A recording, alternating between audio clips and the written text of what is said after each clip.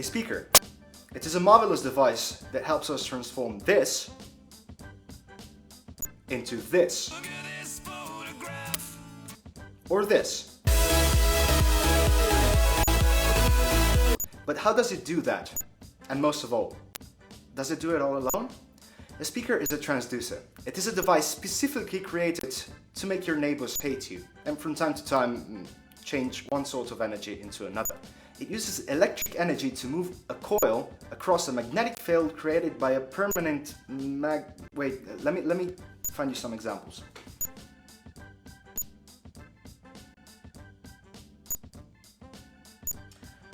Look, I'd be very happy to take the path of least resistance, just make the video clip out of, videos I found online and stuff. But at 3 AM on the day of the deadline, my internal lazy self has just given up. And to this, I just say, let's do this. Time-lapse time? Time-lapse time? Time-lapse time!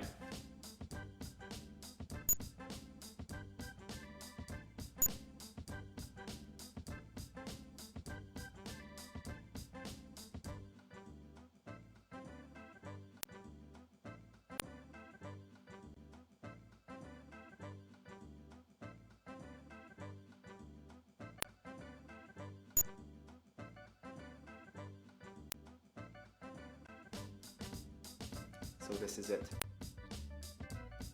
This simple mechanical device is actually a very complicatedly engineered piece of machinery.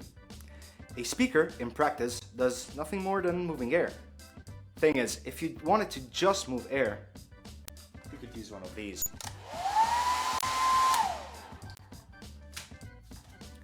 A speaker, on the other hand, has to move air in a very precise manner. And to do this, it has some clever tricks up its sleeve. Take, for example, this piece here. This is called the surround. It acts as a sort of spring and returns this other piece, the membrane, into its original position, after the coil, which is inside here and you cannot see, has moved it either forwards or backwards, like this. This little piece of rubber has to be tough enough to move the membrane back to its resting position fast, yet soft enough to allow the coil to move the membrane at all. Now, since the surround acts as a spring, a speaker is a resonant device, which means it has one or more frequencies at which its signal gets amplified by the speaker's physical properties. This will be more important later on in the video. So, a speaker is a really fantastic feat of engineering. But is all the pride and glory really merited? Or maybe does it have a little mysterious helping hand somewhere in the darkness? Well, as it turns out, it sure does. And it comes in the form of a kitchen blend. What the of a box, as I was saying. Of course, boxes.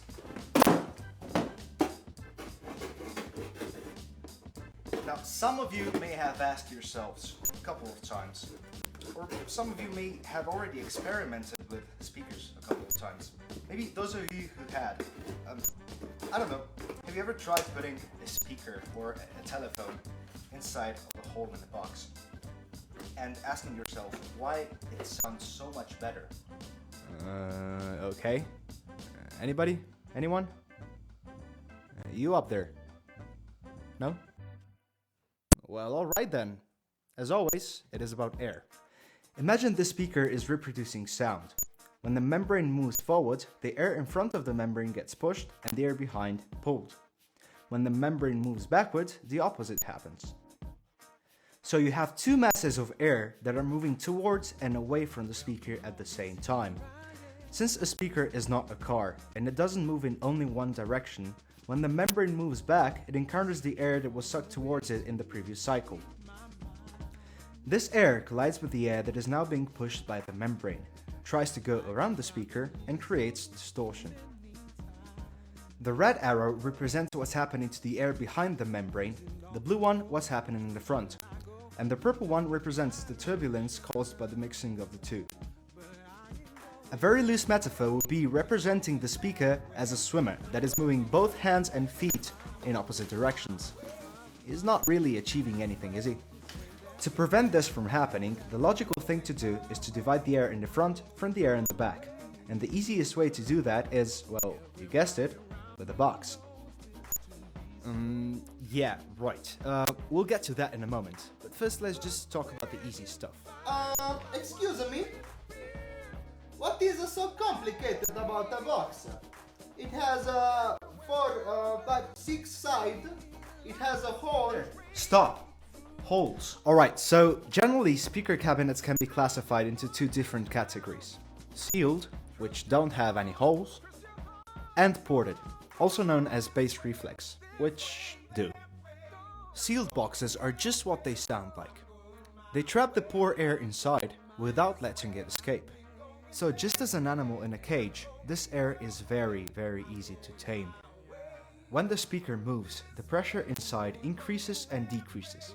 And since outside and inside pressure want to equalize, they help the speaker get back into its original position. Sealed boxes are usually filled with different types of sound-absorbing materials, such as fiberglass and medium-density foam. Pretty much the one that they use in recording studios, and the same one that you see me using around my microphone.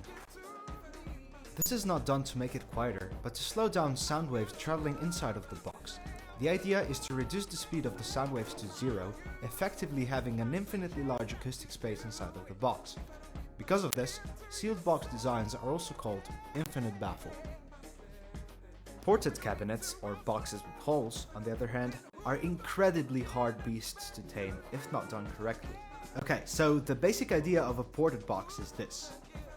No, for real, this is it. Remember, a sealed box pretty much wastes half of the speaker's potential by closing off its back. But how do these holy boxes actually work? What makes them so good that they have become the industry standard?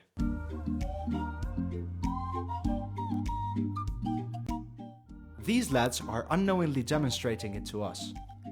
They blow air on top of the neck, and according to the internal volume of the bottle, which is changed by adding water, they make the bottle sing in different tones.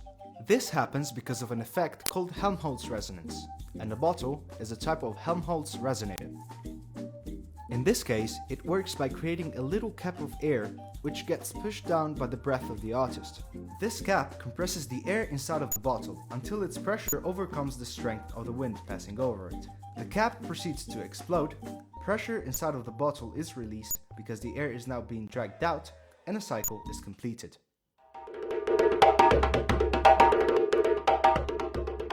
This man is also using a Helmholtz resonating device, an African djembe. It is much closer to a speaker in terms of design, with a vibrating membrane taking place of the air cap. But still, this device is only capable of producing one tone of deep, resonating bass at around 60 to 80 Hz. Not really useful if you're trying to reproduce music. As with the bottles, this frequency is determined by the dimensions and volume of the djembe. Still, we're no closer to understanding how this thing works. Okay, so you might remember from before, we said a speaker driver has its own resonant frequencies, dictated by its physical properties.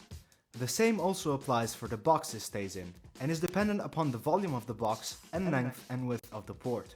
It turns out, if we choose the cabinet to have a lower resonant frequency than the driver, a very fascinating phenomenon occurs. In the range between the two frequencies, the sound wave behind the speaker actually inverts its phase when it exits the hole in the box. This means, instead of cancelling and distorting the wave from the front, the back wave actually increases its loudness. So what does this mean? We get free sound for gratis? Well, kind of. Actually, ported designs do have some drawbacks. For example, there's no pressure at the back of the driver to keep things in check. So it has to rely entirely on the surround that we talked about before. This means that the driver becomes very springy.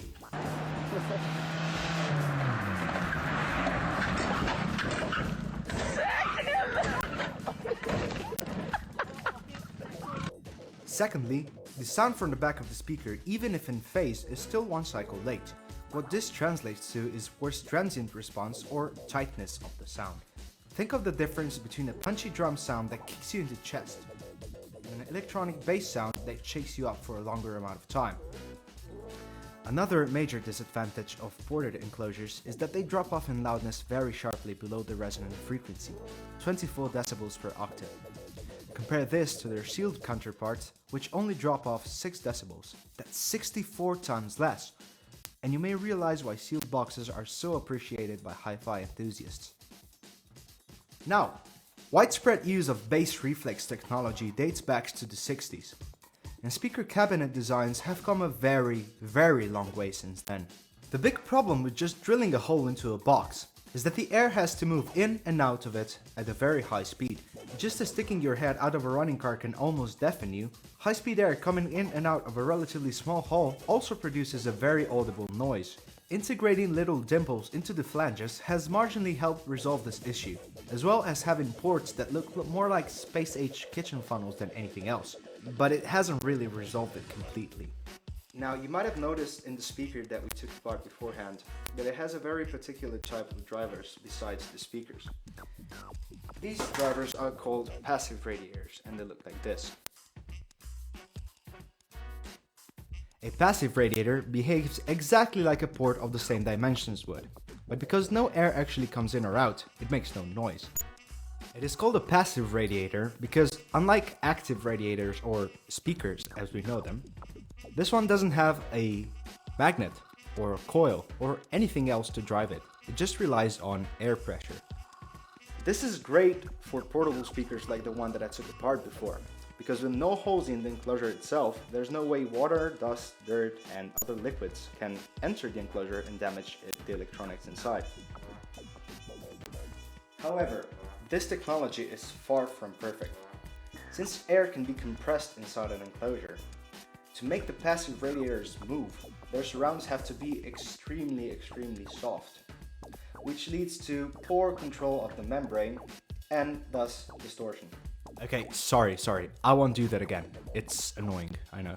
Now, one of the most ambitious and peculiar cabinet designs is still in its developmental stages, and I'm very passionate about it because I myself constructed a couple of speakers using this design. It's called transmission line, and although the idea already existed in the late 1930s and was actually used by a small company in the United States in the 70s, it didn't come to the public's attention until a young MIT undergraduate called Amar Bose commercialized it and perfected it. If the name sounds familiar, it is because after inventing noise-cancelling headphones, he went on to found one of the most successful audio companies in the world, Bose. Transmission lines are great because instead of using large and power-hungry drivers to produce huge amounts of SPL, they use smaller and much more controllable ones, coupled with cleverly built enclosures designed specifically to amplify the driver's output. Some of these are so efficient that if you plug them into your mobile phone without any amplifier at all through the headphone jack, they play just as loud as any other stereo. But how are these dream speakers built? So in normal boxy speakers, sound pretty much bounces around the box randomly, goes back into the driver, goes back into the wall and then out, for example, of a port. In transmission line designs, there is actually a very long tube behind the speaker. This tube is actually folded inside of the cabinet in an S pattern and then comes out usually at the bottom just as a bass reflex port would. What this achieves is that sound waves are actually directed away from the driver with no chance of reflections coming back into it and causing distortion. In addition to this, since the tube is very long and there's a lot of air inside it, the driver has some pressure behind it that controls it, pretty much just as in a sealed box. This tube also acts as a super long bass reflex port, which means that transmission line designs are usually capable of extending their frequency range well below what humans are able to hear. Think 10 to 15 Hz. As you can see, there's a lot to be said about transmission lines, and engineers are still researching what can be done with this relatively new technology. Right, so let's start easy.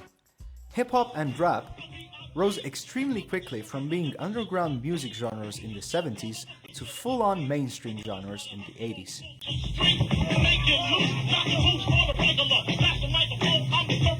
This popularity bump is not in small part due to the introduction of the Roland TR 808 rhythm composer, known more generally as the 808.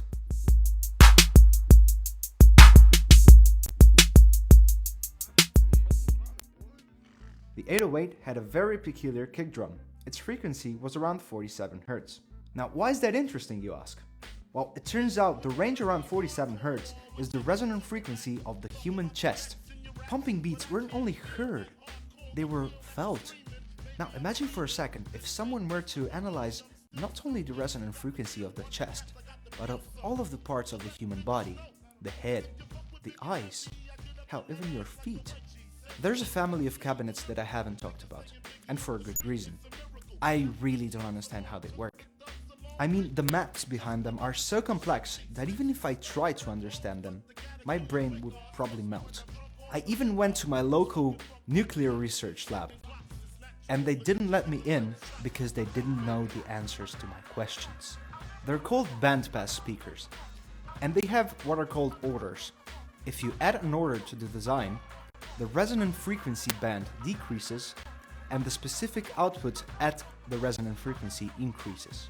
What this means in the real world is you can create an enclosure that can be super loud, but only at one certain frequency. They're usually used in concerts to reproduce very low frequencies, for example the one of a kick drum. If however you were to tune one of these enclosures to say the resonant frequency of a person's head, you could, at least theoretically, turn his brain into mush. And do you want to guess who's trying to implement this technology into their warfare?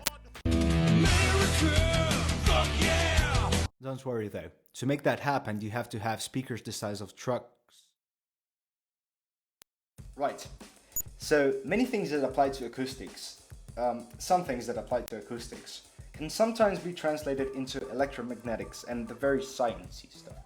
Now, there's a project that I heard about a long time ago that's called the M Drive. And its creators claim to, if it works, to be able to break the law of conservation of momentum, which says that two objects with momentum 1 and 2, when colliding, will keep the sum of their momenti after the collision. Now, how do they do that? They basically have a microwave generator inside of a specifically shaped cone that actually works kind of like a transmission line speaker does. So microwaves come off of one end faster than they do on the other, and they thus generate thrust, theoretically at least. Now, I'd love to see something like this come true, mainly because of the sci-fi implications of it. So light speed drives and aliens and stuff like that. Unfortunately, it hasn't really been proven. There's some papers that NASA talked about, but not really anything concrete. So for now, I do keep my hopes up. But because this is a work about acoustics and not really space, I think I should concentrate more on that. And on that note, I also think I should really be going to bed. Good night.